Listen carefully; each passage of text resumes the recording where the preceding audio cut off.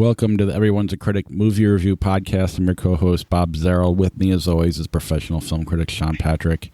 Visit us at ihatecritics.net, everyone'sacriticpodcast.com, Facebook, Twitter, Instagram. The handle's CriticsPod. We're on YouTube, Spotify, Stitcher, Alexa, Apple Podcasts, Google Podcasts. Subscribe to the show, rate and review the show, and patreon.com/criticspod is the best way to help support the podcast. And don't forget about our TeePublic page at ihatecritics.net. Up in the right-hand corner, there's a link to buy some of our merch. All right, let's jump right into this week. We're at another crossroads of the movie industry and podcasting, which could affect our show. Like this week, I saw nothing. And the main reason is stuff actually came to the theater for the first time in a while. I don't know that it's going to consistently do that. It looks like we don't really have anything coming next week that I'm aware of. Sean may or may not be able to get private screenings. So he'll be good here and there. And things are just changing. So there will probably be weeks like this on and off going forward. But I just kind of want to give everybody a heads up. And I'll try to do my best research and as we go to at least hold my end of the show up. So I apologize, everybody. But I do think, Sean did see some good movies, or at least popular movies. I don't know if they're good or not. But do you, anything on that, or do you want to just get right into it? It is so weird right now. It is a weird time because I don't feel comfortable going to the movies. As somebody who is high risk, I did get to see Tenet this week, even though it's not necessarily playing at a drive-in anywhere. But it was only because I know the theater owner, and I went on a Thursday afternoon before they opened and saw it by myself. And it was really the only way I was ever going to feel comfortable being able to do that. How often that is going to take place, I don't know. But I got lucky on this occasion. So. And Mulan, Disney sent me a screening link of that, which is weird. I had no idea, which is why I had no idea that it cost $30 to get Mulan. Plus the Disney Plus membership. Yeah.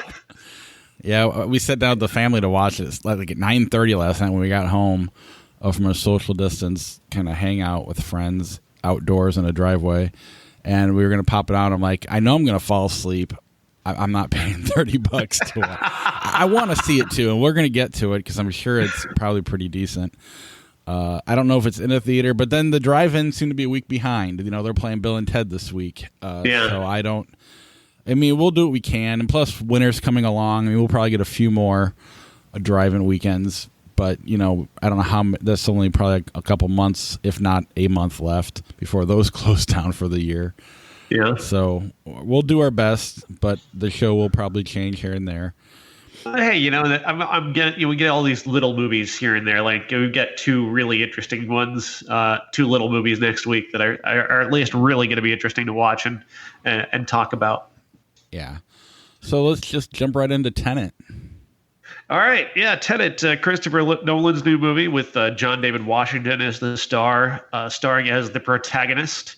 That's all we know about him, is that's what he's referred to as, which is very pretentious, but we have to get past that.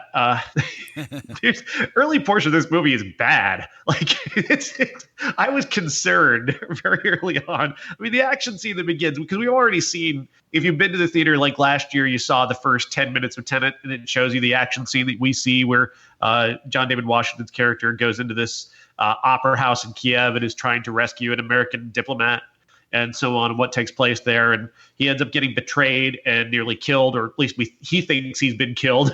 He wakes up on a ship that is perhaps going backwards in time. It's very unclear at that point, but he finds out about, he's told the word Tenet, and we don't really learn exactly what Tenet means, only that somebody has figured out a way to make bullets go back in time.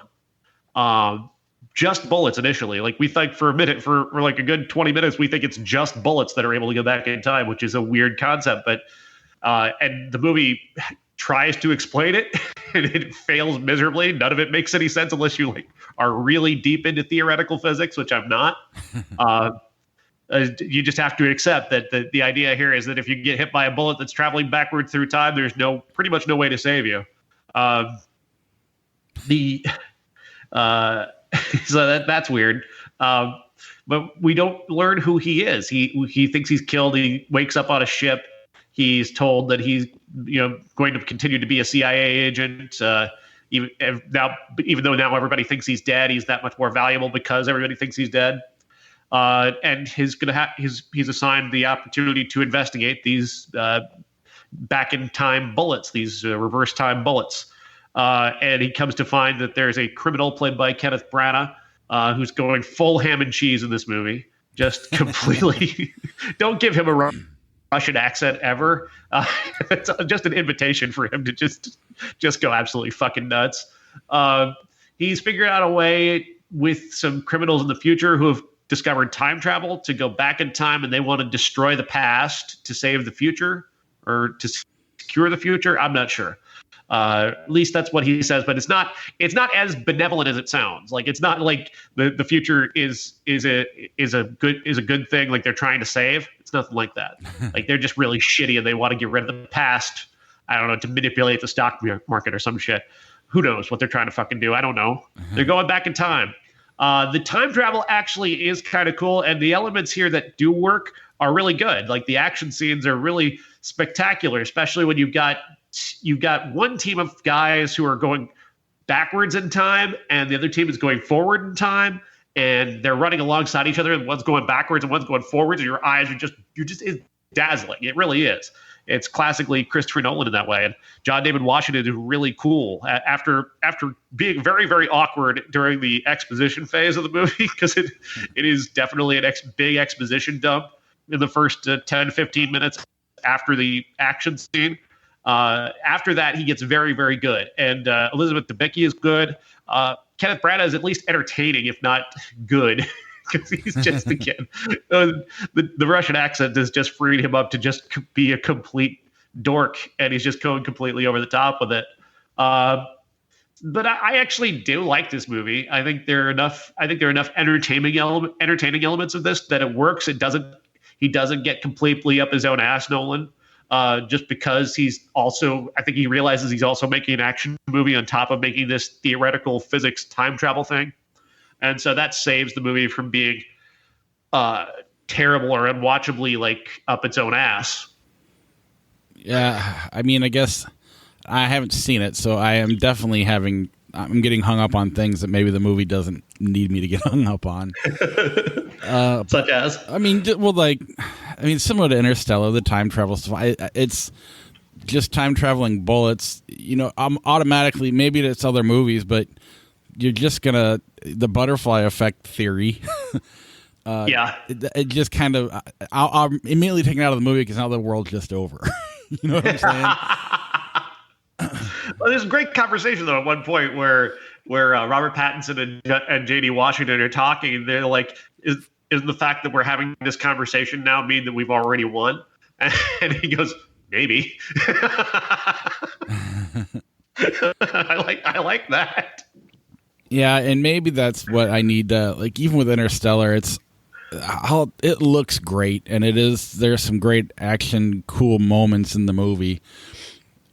But with that, I mean, I think we all kind of agreed the story was weak. The story here, is it? I mean, you say he doesn't get up his own ass, so that's probably important because Interstellar he kind of does. Yeah. So if he stays out of the way of his ass, then maybe the action. I don't know. It does look good, and I love John David Washington. He's kind of becoming what Oscar Isaac was a few years ago. I love American Klansman so much, and actually, what I didn't realize he was in that show Ballers, and my wife wanted to watch the I'm Thinking of Ending Things movie, so I didn't watch that yesterday morning. I just started watching Ballers season 1 just because he was in it for no other reason. And he's really good in that. It's kind of a shitty show. I mean, it's okay, but he makes it. He's just fun to watch, and so that's kind of why I want to see this. And I'm kind of bummed that he got stuck with the exposition end of the story. He just kind of had to just sit there on screen while we get to where it gets good. But I don't know. That's only like 10 or 15 minutes, though. That's good. I know, but and I'm just hesitant because I went from loving to me it was like Nolan and Fincher, like two of the best technical directors, and then as time went on, I just started feeling like Nolan was Fincher light, and this looks good. I am glad to hear that he understands it's an action movie and he makes it fun, and some of the visuals sound cool. Like I'm picturing him in my head, and it makes me want to see it still. I was giddy. I was giddy coming out of it because I had, like I said, the ways that they put it together at the end with the action is really fun. You can't spend too much time trying to figure out the time travel stuff. Like I said, it's so far over everybody's head that it could work. It maybe doesn't work. I don't know, but I bought in enough into it that I really did. I like it, and and I really like the relationship between Pattinson and J.D. Washington, which I think they could do future things together with, which in a way is so fascinating because of the way this movie ends. Well, that's cool, and I think what will help me is the fact that I didn't get to see it. Now I can, ground it a little bit, kind of lower the expectations, not necessarily lower, but put them in where they need to be. Instead of, because they did such a good job of not letting you know what this movie was. Yeah. And I like that about the marketing campaign. But at the same time, when you do that, you run the risk of the audience putting it where they want it to be. And then if it doesn't go there, they're not going to like it or whatever. So now that I kind of have an idea, I feel like I will like it more than I would have had I had to go see it this weekend on my own. Totally projecting. I'm just guessing. But I think Nolan's in this weird place where it's hard for him to make movies anymore because everybody expects him to make like the greatest movie of all time every time out. And right. Some of that is his own, right. his own doing, his own creation of his own myth. But when you put that out of your head, when you're able to just focus on this as just kind of an action movie, it's almost like the Fast and the Furious elements of this work better than the actual like the self-serious time travel shit. Right. I feel like I need to put him more in like a Spielberg level where he can do a lot of things, and like Fincher is just so perfect. I mean, he's got weak movies. Don't get me wrong, but I don't think I think Spielberg's a better comparison than Fincher. And I've just kind of been doing it wrong all this time. But I'm glad to see you liked it. I do like it. I do, and it matters to just not think about the stuff that's annoying, like the fact that the lead character is called Protagonist. Just it bugged me for the first moment. Like, I know what you're trying to do. You're making this is some sort of meta commentary on movies. I understand. I'm going to ignore that now and try to enjoy your movie. Right. Like if Charlie Kaufman is going to do that, then I'm more into him doing that than Nolan. Exactly. Oh, that's good. How did it do? I mean, I'm afraid to know. Part of me. Yeah. I haven't checked it yet. I just looked at Box Office Mojo and they don't have it up yet, but maybe they're waiting for Monday. I don't know. It makes me nervous though, because you don't want it to fail, but at the same time, if it does really well, then it's like, well, what are all these assholes doing in the theater? So I can't decide what I want out of this. Yeah, it's tough.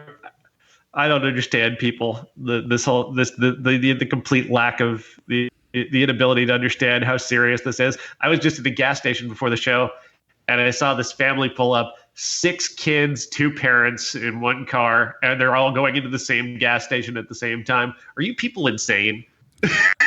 Just send one person in with a mask and get what you need. Yeah, it baffles me. And now, I mean, Cedar Rapids is a town an hour and a half away. They have a concert coming up at their arena, and I'm like, I mean, good. I have 2 things go in my mind. It's like, one, there's no such thing as truly a social. They're not going to all keep their masks on. They're not all going to stay 6 feet apart unless you have chairs and stuff up. Right. In which case, why would you want to go to that concert anyway? I don't know. Maybe I'm wrong, but social distance concerts sound shitty. So I don't know. Well, and these people who justify this stuff, the people who justify this stuff by saying, "Well, I'm risking my own life." No, you're risking everybody's life. You're going to Right. leave that concert with COVID and then give it to other people, not knowing that you have it, and then they get sick and possibly die. So no, this isn't just about you. Yeah, I can no. understand that. Like if it was a thing where your life is the only life that is on the line, help Right. walk into a hail of bullets if you want to. That's your deal. Fine. I'm going to avoid the bullets. Right. But in this case, the bullets, you're carrying the bullets with you and they're flying and they're going to hit me now because of you. Right. And you don't have control of the trigger. It just shoots on its own. Well, no, a friend of mine works. They're going back in time, and that means guaranteed death. No. A friend of mine works at a library, and a guy walked in and goes, "Why do I got to wear a mask?" She's like, "Have you been paying attention to what's going on?" And he's like, "Yeah, but do you know anybody that's actually died from this thing?" She's like, "Well, one of my good friend's father-in-law actually died of it." And he goes, "But did he have any pre-existing conditions?" And it's just like, that is your first question. Instead of backing down and be like, "I'm sorry for your loss," first thing you say is, "But did he have something?" That's just how shitty people are. It's like with the Black Lives Matter stuff, when someone gets shot, it's like, "Well, what did he do?" Like, that's not your first question. That really shouldn't even be a question. No. It's totally irrelevant to the conversation, but it's the world we live in. Hey, that's not the first question Jesus would ask. Oh, the hypocrisies of that on every level. Oh, man. Anyway, my mind's just running down that. All the memes my brother sent me about Jesus and the opposite of all this stuff. Anyway, anything else on Tenet before we get too far off track? I apologize. Oh, no, it's all right. I took us off track first, so it's fine. Yeah, I got nothing else on that. Well, it sounds like go see it when you get a chance, but be safe when you do. Yeah, exactly.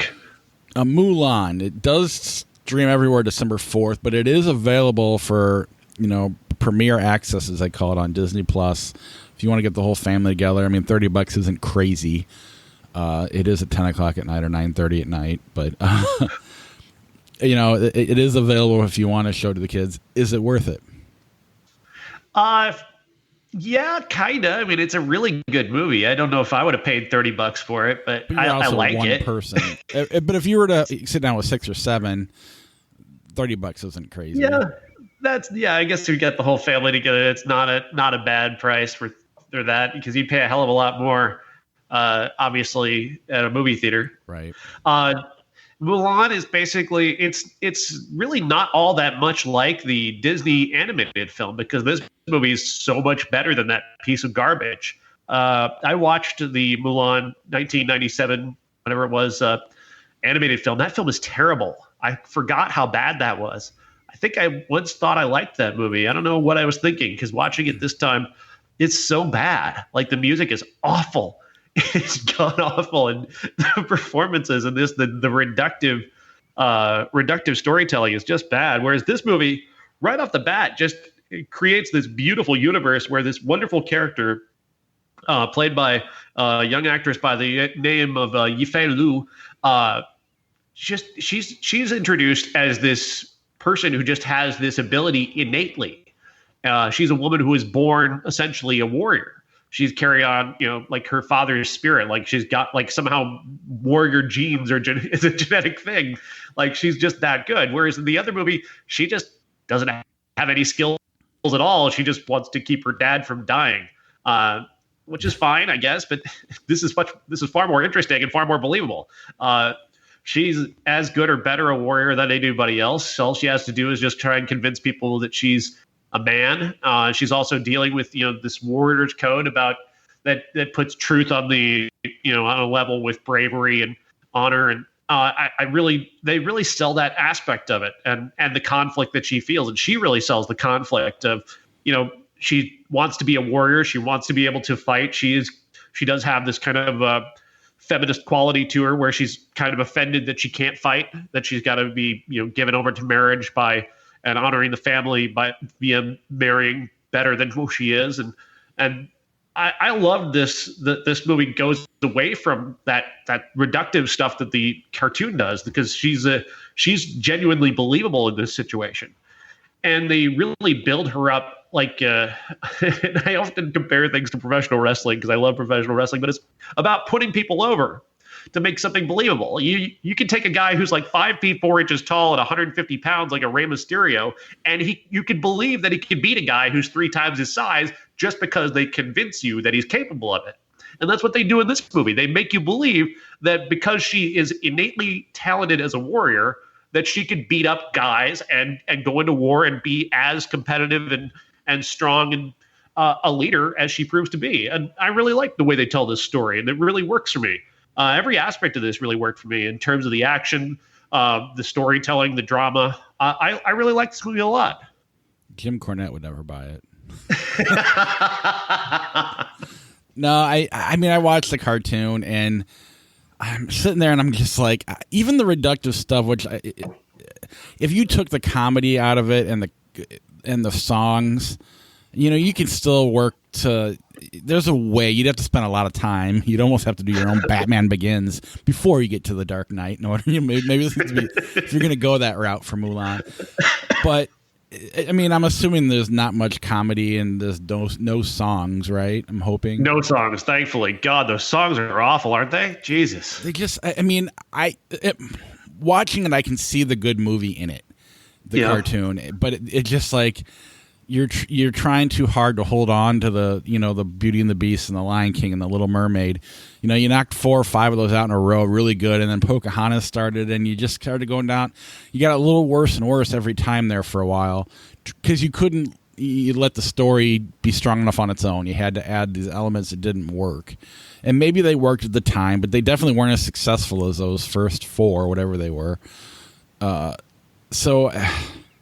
But I can see the good movie in it, and I'm glad they don't even waste time with the reductive stuff in this one. I want to see it. It looks really cool.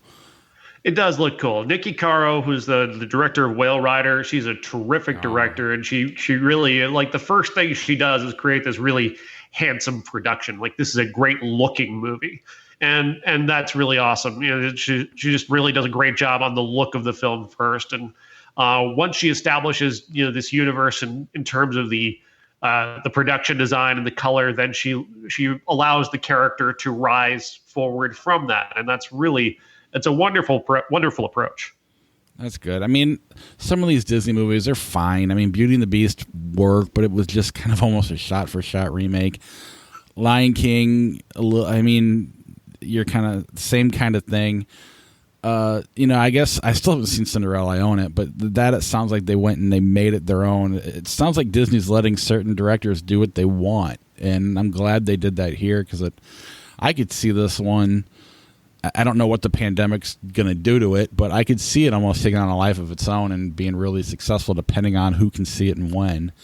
Yeah. As long as it doesn't get stuck in that in between because it halfway came out now and then, I don't know, we'll see, but God, it looks just so damn good. So I want to see it. It really does. It really is quite good. I like this movie. I definitely recommend it. I think it ranks right up there next to, if not right behind Cinderella in terms of my favorite of these Disney things. And I know I was complaining last week about Bill and Ted recycling, and at least this recycling here is a recycling of something that was bad that they turned into something good. Yeah, that's what they should be doing. I think we've said it before on the show. Take the shit and remake it. Exactly. Let's see. Entwined is a Greek horror movie, which has essentially this doctor has traveled to a small county in Greece, a small city in Greece, a village essentially, and he's going to be their village doctor, something that they do for like a year, and then they can go on to bigger hospitals and so on. But you have to do this for like a year. He's gone to this small town, and on his first day there, he nearly hits a woman with his car. She runs off into the woods. He can't find her. He goes on and starts to begin his job. But he's kind of like just intrigued, like, what happened to this woman? I know I hit her with my car. I need to figure out if she's all right. He hears some music in the middle of the night from the forest and starts to follow it, and that leads him to her. Well, she's playing this old record player from her broken down excuse me, cabin in the woods, and he finds her and he begins to examine her, and she's got very unusual injuries because it looks like she is growing bark on her arms and back, which is obviously a very strange problem to have. She's got a husband or a father, not quite sure exactly. I think it must be a husband. This very, very elderly man who's very abusive towards her and does not like visitors. So he begins to attack the doctor right away, and he runs off. But he comes back, and he and the old man get into a fight. The old man is nearly killed, and he takes him back to the village. And the village is like, "Why are you bringing this guy here? This is a curse. You're going to get yourself killed." And he obviously doesn't buy that, but he goes back to the cabin to get her. And then he finds that, after she's given him a little something to drink, he can't find his way out of the forest. And suddenly time begins to pass very quickly. He's missing days and days. His beard continues to grow, and he can't figure out how much time has passed. But he's also beginning to fall in love with this girl. And so he doesn't mind some of it. And other times he's like, I need to get the hell out of here. And from there, this is a very familiar premise, actually, because as strange as it sounds, that we've seen this type of thing before. And there's something about it that is just incredibly familiar throughout that really I didn't feel any of the tension that the movie wishes to create, because I knew exactly what was going on. And he's kind of going through the motions of a plot where it's very obvious to us what's happening, but he has to pretend that it's not obvious. And that really took me out of the movie.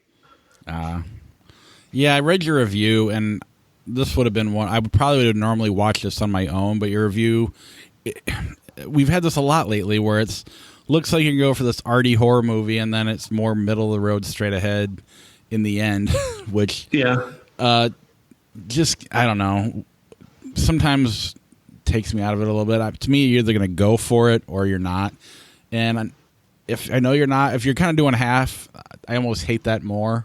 If that makes sense. So that's why I didn't watch it. But I don't know. I'm gonna go off track again because I want to. Have you been reading any of the Midsummer stuff that's been popping up on social media lately? I read the Esquire piece about the stuff you can see that you may have missed when you were watching the movie, which that I just loved when I saw it, and it just fucking awesome. When I look, there's a photo, and I posted it actually on our Facebook, where you can actually you can see her sister in the woods, like in the trees. With the hose coming out of her mouth. You can see it. And I didn't see it, obviously, the 3, 4, 5 times I saw it in the theater. And the one time I saw it at home, I never saw that. And then I saw it on social media like, oh my God, it's fucking there. And I can fucking see it. And that's fucking amazing. I know. And did you see I saw something with Hereditary today where you can literally, this Ari Aster hasn't confirmed it or denied it, but you can see the two, Florence Pugh and the other guys, the two people that look just like them walking down the street right by Toni Collette's character in Hereditary. What? Could totally be just a coincidence. Most likely is. But it's more fun, you know, you don't see their face. You see them from behind. But they look, it's almost like a very similar shot to the way they walked together in Midsummer at one point. But again, it probably just a coincidence, but it's so fun to even think that he did something like that. Or and I remember Hereditary having stuff like that in it too, where a lot of it was off in the shadows. You couldn't really see it, but he's such a freaking genius. Oh, yeah. No, if you look closely in some of these darker scenes, you can see the naked people from the treehouse in a number of different scenes right before you actually see them, and it's just when you see them, it's like, fuck, what the fuck are you doing there? Yeah. God, I can't wait till he does something else. I know, right? But I don't know, that when I was going on my little, rampage about not committing to art or straight ahead, I just started thinking about that Midsummer thing. I think I must have saw your post, but yeah, God, I might watch that again this weekend. I mean, it's like I can't get away from that movie. It just keeps popping up for me. Yeah, it just keeps moving up the list too. It's like I mean, it's knocking off great movies.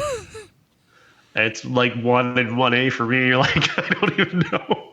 Yeah, I mean, the reason it's probably 3 for me right now, and that's only because of nostalgia and my commitment to rock and roll with Almost Famous. That said, it's definitely a more artistic movie. I won't deny that for even half a second.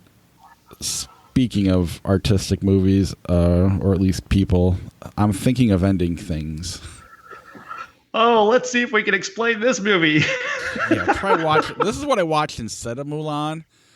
Tired. I mean, first of all, I woke up at 4 a.m. yesterday.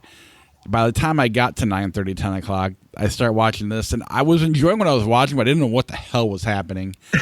And being in a dreamlike state, I mean, still made the experience fine, but I couldn't even tell you what I watched.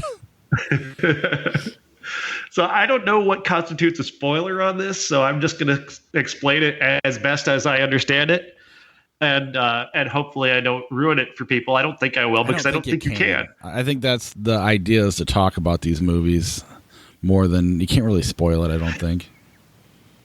So Jesse Plemons and Jesse Buckley are a couple. They're going to see his parents, played by Toni Collette and David Thewlis. It's relatively early in their relationship, as she explains it, about 6 weeks, and she's honestly not sure if she wants to be with him anymore, which is essentially what the title, at least what you think the title is about. I'm thinking of ending things as her perhaps thinking of ending this relationship, even as she's making this big step of meeting his parents. But it's a long road trip, and they're having these lengthy, odd sort of conversations that are, at times they're connecting with each other, but at times they're quiet and not connecting, and that's way too real.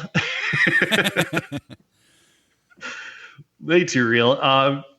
And as we go on, this basically, it's a movie about conversations from that point on, and then they arrive at the house, and strange things start to happen, such as they have a dog, and all that you ever see the dog do is just shaking water off of itself, and that's all it does, and it's creepy as hell.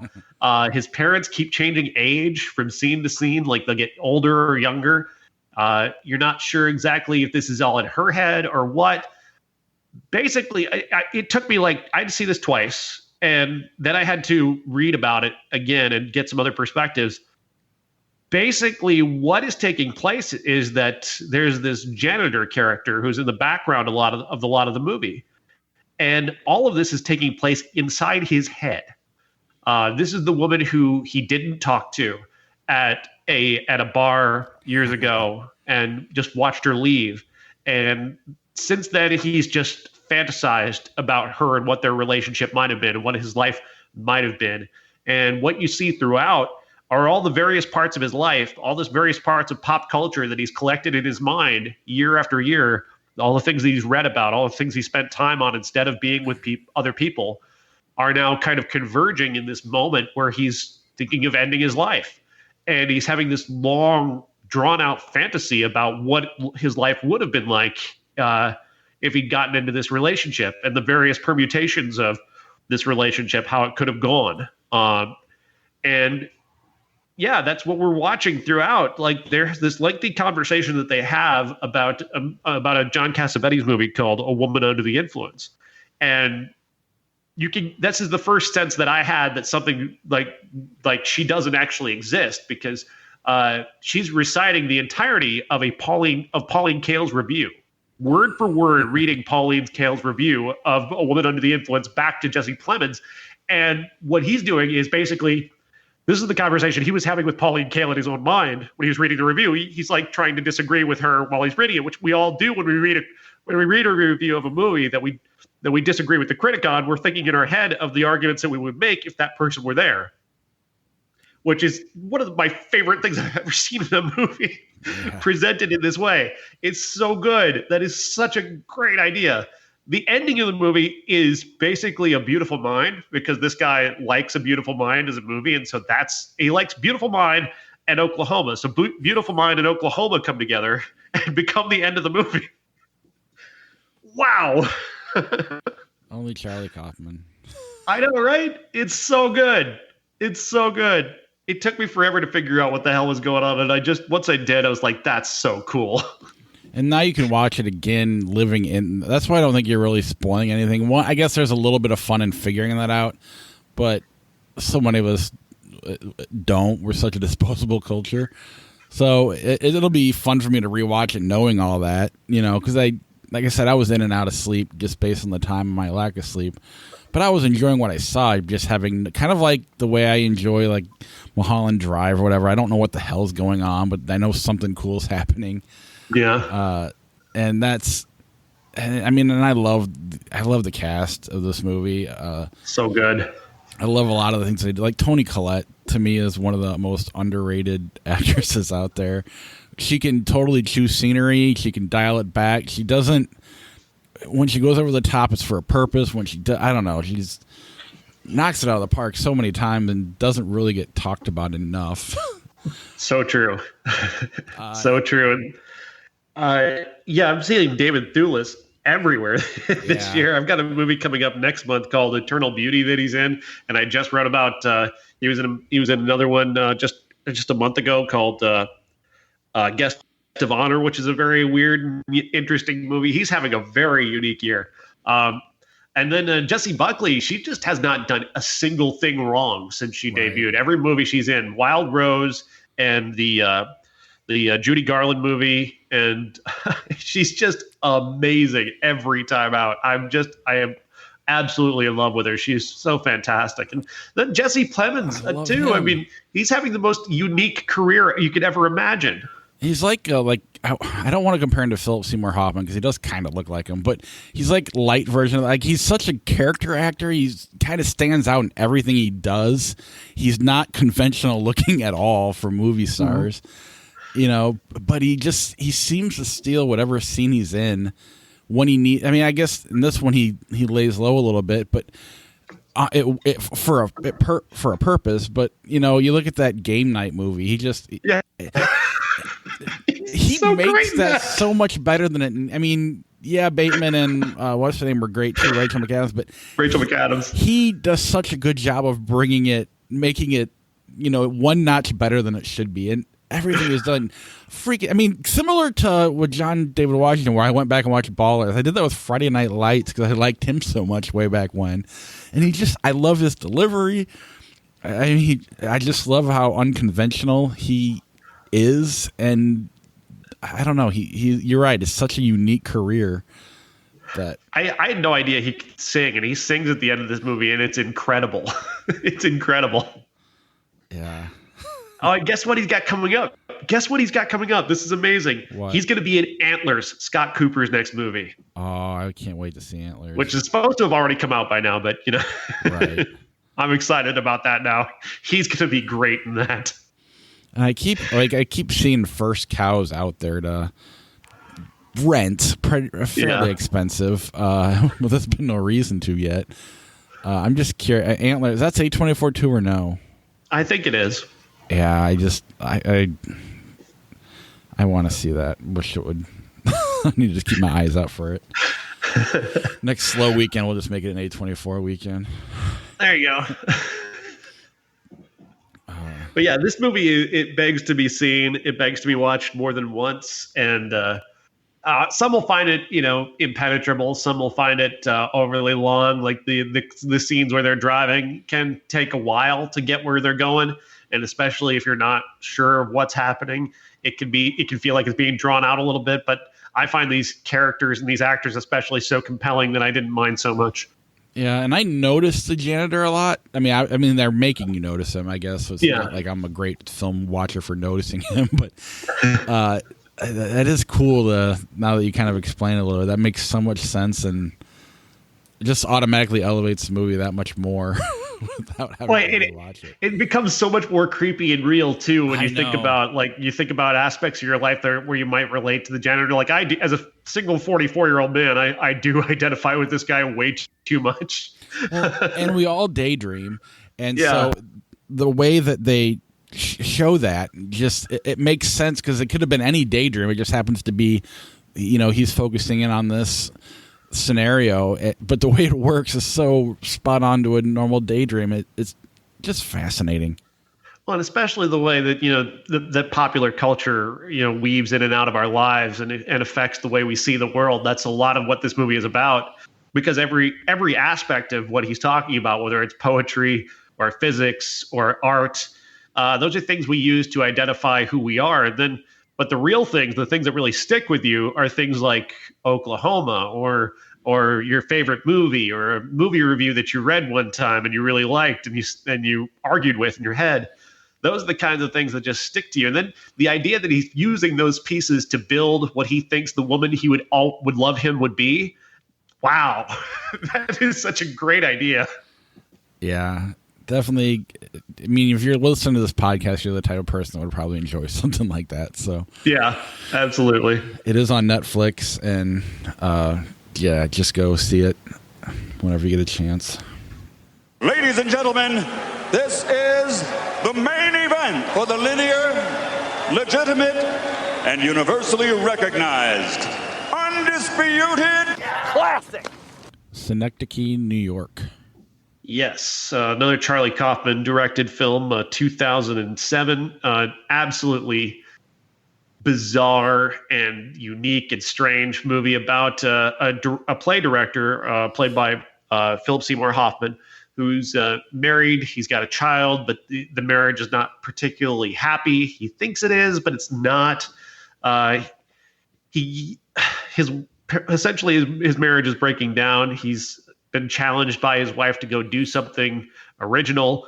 He gets the opportunity when he gets a MacArthur grant and moves to New York and starts creating this play that he wants to reflect real life. And his way of reflecting real life is to basically recreate everything that's happened in his own life, including the making of the play. So not only is it the play, but it's also his life. So he has somebody playing him. He has somebody playing his assistant. He's giving them directions. They're giving directions to the people in the play. It's so inside of itself that it could become something that's way too far up its own ass. But the way that Philip Seymour Hoffman plays this, he plays a guy named Caden Cotard, which if that name sounds oddly familiar, there's this thing called Cotard syndrome, where it's essentially Walking Dead syndrome, people who think that they're dead even though they're obviously alive.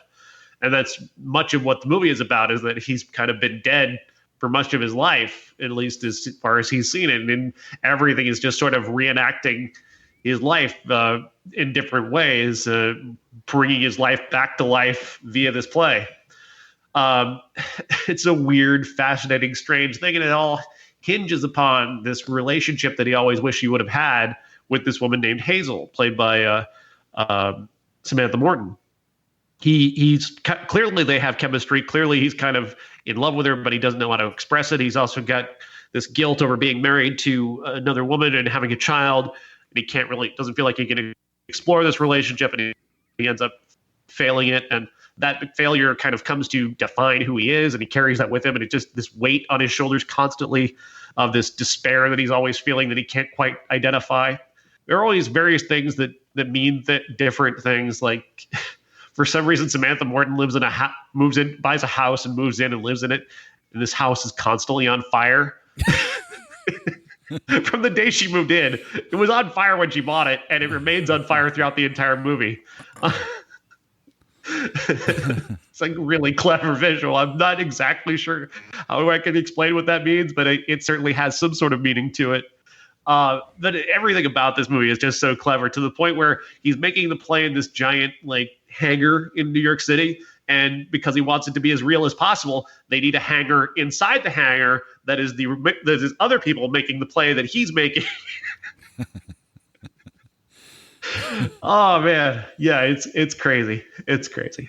Yeah, I love it. There's just some guys that know how to make movies in their own ass. That I mean, even the ones, and then the audience has to decide if they like the ass or not. I mean, Terrence Malick's good at it too. I'm just not as into it. David Lynch, he jumps around to different asses.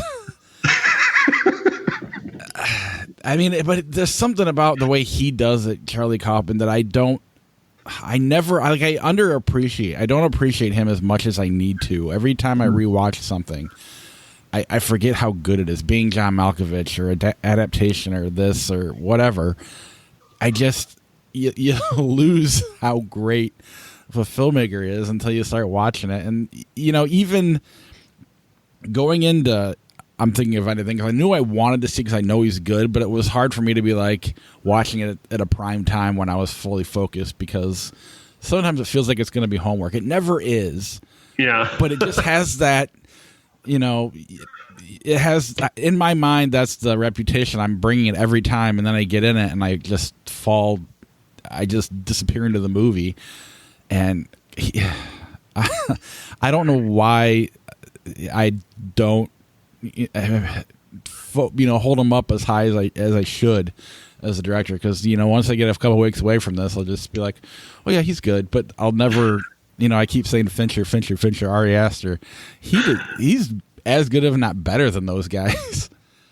He's really brilliant. I guess I feel the same way. Like, I feel like I sat down and I felt like I was going to need to take notes when I saw it back in 2007, and even when I sat down to watch I'm Thinking of Ending Things, I felt like I needed to take notes. And I didn't love Anomalisa. Like, that one is still kind of impenetrable to me. I think that's mostly the style thing, the puppets. I think that just kind of put me off. But this one, and I'm Thinking of Ending Things are so filled with so much unique visual detail, and there's an element of playfulness too as well, and to each of them that is underrated. As mopey and despairing as this movie is, there's a comedy to the idea of this almost Jobian thing that keeps happening to Philip Seymour Hoffman throughout, especially what happens to his youngest daughter is like, wow, it's so fucked up. Yes. And the way they play that is darkly comic and horrifying at the same time. And it's rather genius. I can't really get enough of I just think about that a lot, what they do with that and how terrifying that is. But then the way they play out his relationship with his first wife too has this bizarre dark comic thing, because she leaves the movie at a point and then never comes back, but you hear her voice a few times, and she's this character who's looming over the entire movie, but she's not actually there. And the way that they have her looming is so unique and fascinating and such a revealing aspect of Hoffman's character. I dig it so much. Yeah, and it's always great to see Philip Hoffman. It's one of the best, or maybe the best. For all it's just so much unique energy and passion and power to what he does. And, we'll see. His son has got a lot to live up to. His son's got a movie coming out next year with Bradley Cooper. Yeah, but he just disappears into things. You can't call. There's no typical Philip Seymour Hoffman character. You got the Almost Famous guy. You got the Big Lebowski guy. You got this guy. And there's just so many more. Capote, the Master. Before the Devil Knows You're Dead. There's just so many. Oh, what a great movie! People forget about that movie too much. Yeah. So yeah, it was fun to see him again.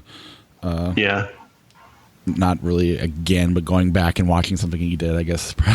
I don't know. Anyway, anything else on Schenectady, New York before we move on? No, just if you have never seen it, you should watch it. It's really good. It's really, really brilliant. The Witches. What the fuck is this? Like, seriously, what the fuck is going on? Is it like a Roald Dahl The Witches.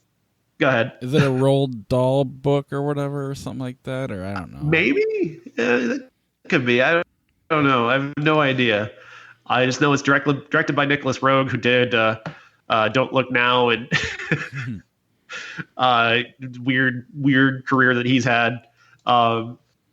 But the Witches is basically, there are witches and they hate children and they can smell them and they want to destroy them, eat them. I'm not sure exactly, but the Grand High Witch has decided that they're going to eliminate all children from England using some sort of magic that will turn them all into mice.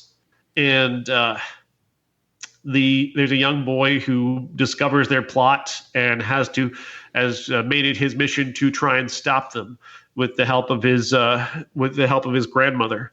What the hell? It's basically all I got. I don't understand this movie. Yeah, it's like it's a kid's movie, sort of. If he had a goat, that would have been better. I don't know. I just kept wanting to watch The Witch. That's the problem you have when you go back. It's like 1990. I'm supposed to watch this, but I want to watch something else because of the name's similar to a movie that's way better. There are elements of this that I can understand why. Like, there's a cult around this movie. I can understand why, because there's the effects that they did for this are pretty impressive, and would if you were like 7, 8, 9, 10 years old when you saw this, I can see where this would make an impression upon you in a way that was like, oh man, that movie was really scary when I was a kid. As an adult, it's you look at it, this is kind of, I don't know if I'd want kids to watch this. It's a little bit too much at times, and at times that it's just sort of silly. And the kid that they chose, Jason Fisher, he's not a particularly interesting character. I kept waiting for the actual protagonist to show up. Like, they've got a better kid actor coming, right? John David Washington wasn't there. Nothing against him. He's a kid. I can't fault a kid's acting, but at the same time, I was like, he has no presence whatsoever, and I'm just kind of waiting for the actual actor to show up. Yeah, that's on the director, though. Yeah. If you can't get the actor to do what you want him to do, you got to either hire someone else or, I don't know. We've seen great actors look terrible in movies. Mark Wahlberg, Keanu Reeves, or maybe actors. But yeah, I don't know. There's not a whole lot to say about The Witches. No, and I know that's going to disappoint a lot of people because, again, there is a large cult that really loves this. Mostly women who are like, 8 or 10 years old when they saw this in 1990. They've got a strong connection to this movie, and I get it. I get where they're coming from. Angelica Houston is kind of terrifying, but watching it, as a 44-year-old man, it just didn't really do anything for me, and I just kept kind of being annoyed by the kid and there's nothing to hold on to in the end. Like, there's no center to this movie for me. The kid is so weak that I just didn't have anything to really root for.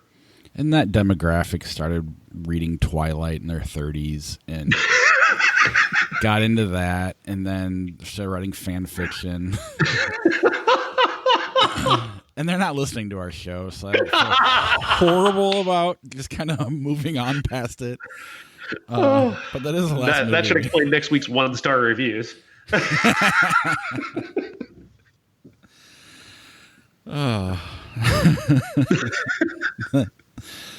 Next week, we've got Buoyancy. I don't know where. I'm assuming that's a new movie we can rent. I know we're going to watch Measure for Measure. There's a documentary that we were going to talk about this week, but it actually didn't come out till like early this next week, called Nail in the Coffin, The Fall and Rise of Vampiro. There are 2 Netflix movies we may or may not watch. I'll just name them, but if they're some of those garbage Netflix movies, we'll move on from them. But one's The Social Dilemma, the other one's So Much Love to Give. They don't sound very good, so I'm going to assume we're not going to watch them, but who knows? Maybe Bradley Cooper's in one, I don't know. Our classic is Key Largo, and we'll explain why in a minute. The movie is turning 30 next week, or Postcards from the Edge, a former classic of ours. Death Warrant, Hardware, State of Grace, Repossessed, a movie I remember loving at one point. And then there's a Clint Eastwood movie, White Hunter, Black Heart, which when I read it, found to be very racist, knowing Clint Eastwood, but it is loosely based on John Huston and when he made African Queen. We've already done that movie, so we're going to do Key Largo, another John Huston movie. Does that sum it up? Yeah, that's good. That's good. So we do got a jam-packed show. I can actually see a lot of these movies this time, and I have plenty of time to watch a lot of them as well. So I promise you, dear listener. Before we get to Flick Chart, though, I do want to mention Patreon, patreon.com/criticspod. Don't forget to go there to help support the podcast, and then TeePublic at our ihatecritics.net up in the right-hand corner, or you go to TeePublic and search Critics Pod if you want to get some of our merch. Also, search for Jeff Lasseter. He helped design a lot of our merch, and he has his own page as well. It's a lot of great stuff on there, a lot of stuff relevant to the podcast on there as well. All right, Flickchart. What the hell is happening? My computer's trying to reset itself, so I'm going to stop this from happening. Get back to Safari there. Cancel. There. You're going to do an update now? Your computer has to do an update right now. Piece of shit. It's supposed to ask me if I want to do an update.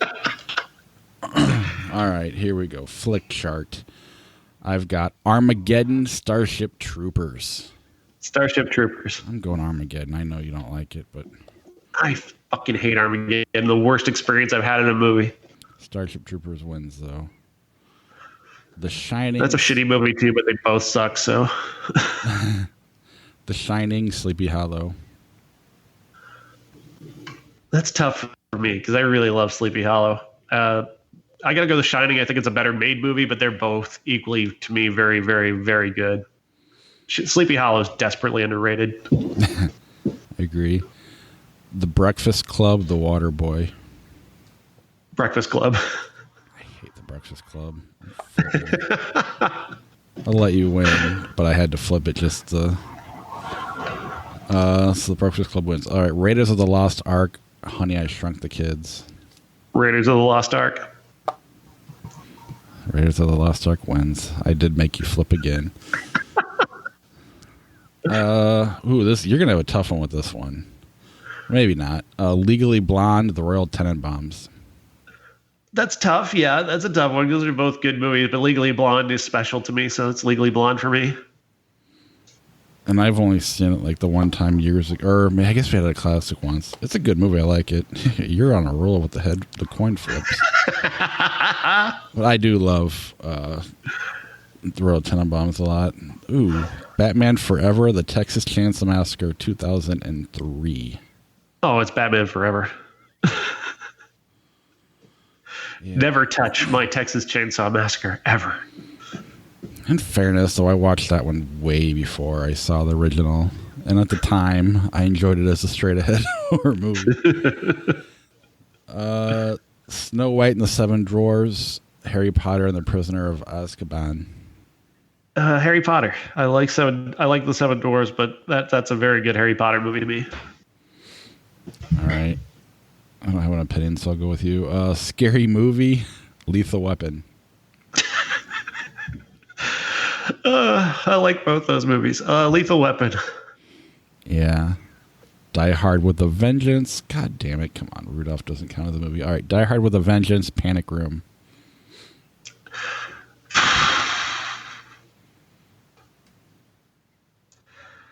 Which one is with a Vengeance? I can't even remember now. Sam Jackson.